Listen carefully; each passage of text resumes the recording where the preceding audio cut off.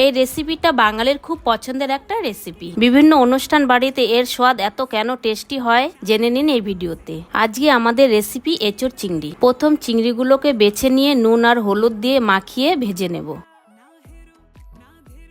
এঁচোড়টাকে piece piece করে কেটে নেব।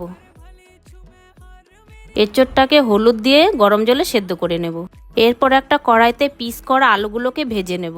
ওই একই তেলে তেজপাতা, শুকনো লঙ্কা, গোটা গরম মশলা, গোটা জিরে, কুচনো পেঁয়াজ দিয়ে ভেজে নেব। তাতে আদা রসুন পেস্ট, একটা টমেটো, কাঁচা লঙ্কা 6 থেকে 7টা দিয়ে দেবেন। মশলার মধ্যে ধনে গুঁড়ো, জিরে গুঁড়ো, কাশ্মীরি রেড চিলি পাউডার দিয়ে দেবেন। এরপর সেদ্ধ করা এঁচোড় দিয়ে কষিয়ে তার মধ্যে পরিমাণ মতো জল দিয়ে দিবেন। একটু বাদে ভেজে রাখা আলু আর চিংড়িগুলো দিয়ে দেবেন। গ্রেভি হয়ে আসলে গরম মশলা আর ধনেপাতা দিয়ে নামিয়ে নেবেন। এমনই আরো সুস্বাদু বাঙালি রেসিপি দেখার জন্য আমার পেজটাকে লাইক, ফলো, শেয়ার, সাবস্ক্রাইব এবং কমেন্ট করবেন।